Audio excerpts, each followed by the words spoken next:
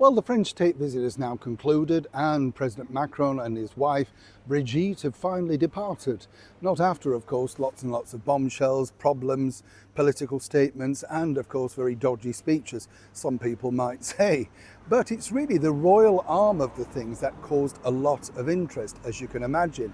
A state visit is an opportunity for Great Britain to show off exactly what we're very good at, pomp and pageantry, and it was no different, in fact, in front of President Macron. But actually, over in Montecito, there was a bigger problem, particularly for the Sussexes. And according to a source, well, this apparently just shows everything exactly as to why and the reasons how and were needed as to why they had to quit the British monarchy.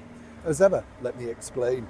Morning, chums. Nice to see you today. Thank you so much for your time as ever. Lovely to have your company. Hope you're keeping well on a blisteringly beautiful hot day here in the very heart of London. Oh yes, very warm indeed, chums, let me tell you. Nice to have it though, you know, you can't complain, can you? You just want your feet in a bowl of cold water, don't you?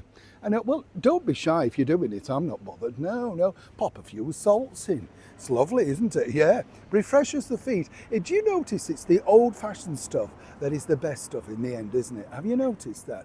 You know, you can buy all these fancy cleaners and stuff for the bathroom, but a good old-fashioned bottle of bleach and a cloth just does the trick. Even the bleach is watered down now though, isn't it? Yes, don't get me going on that. We haven't had a wave, have we? Nice to see you anyway. Welcome one and all brand new subscribers. And yes, you know, as I said, over in the land of Montecito, if you remember Prince Harry, the problem that Harry now has is obviously he has some rude awakenings on a more serious note. And he tried to do this recently when he was, you know, many misguided people might say, rushed off to the BBC, and rather foolishly they went along with an interview with him without really checking any facts, figures or backgrounds. This was where he sat down after losing the security deal and basically said, you know, it was an establishment stitch up and he never knew he was going to win. And I told you all of it, it's just ridiculous, you know. I don't know who advises these people. Well, clearly not anymore because they've fired all the staff.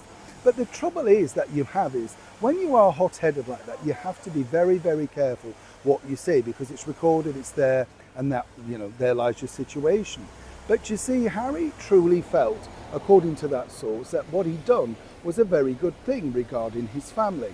And this was because, you know, as we know, the Invictus Games is coming up in 18 months' time or whatever over in Birmingham.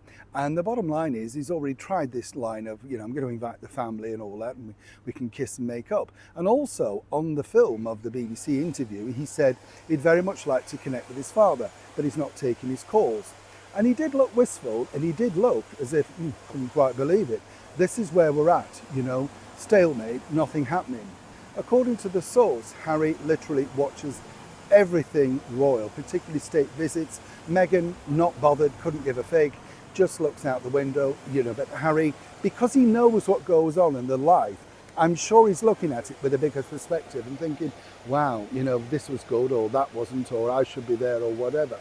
But according to that source, this is where this gets very interesting because you will recall that His Majesty the King gave a rather eloquent speech, whether you like it or not, both sides of the coin. But in it was buried, of course, heaped praise upon his eldest son, likening him, of course, to William the Conqueror, of which Windsor Castle has that association.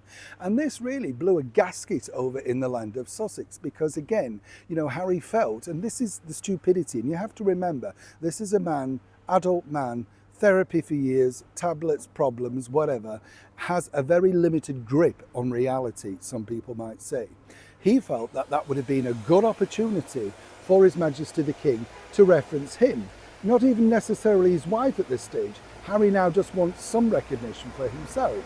But we've seen this time and time again. Harry almost blew a stack when President Trump and his older brother met in Paris last November. And he kept saying, terrific guy, very handsome, so tall.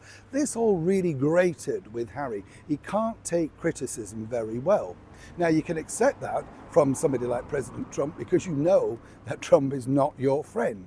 But your father, you might expect to think he might say something a little bit nicer. And apparently, according to the source, Harry kept playing this particular portion over and over again. I kid you not, Harry has a lot of problems, but they're all in his head. Neil Sean in the very heart of London.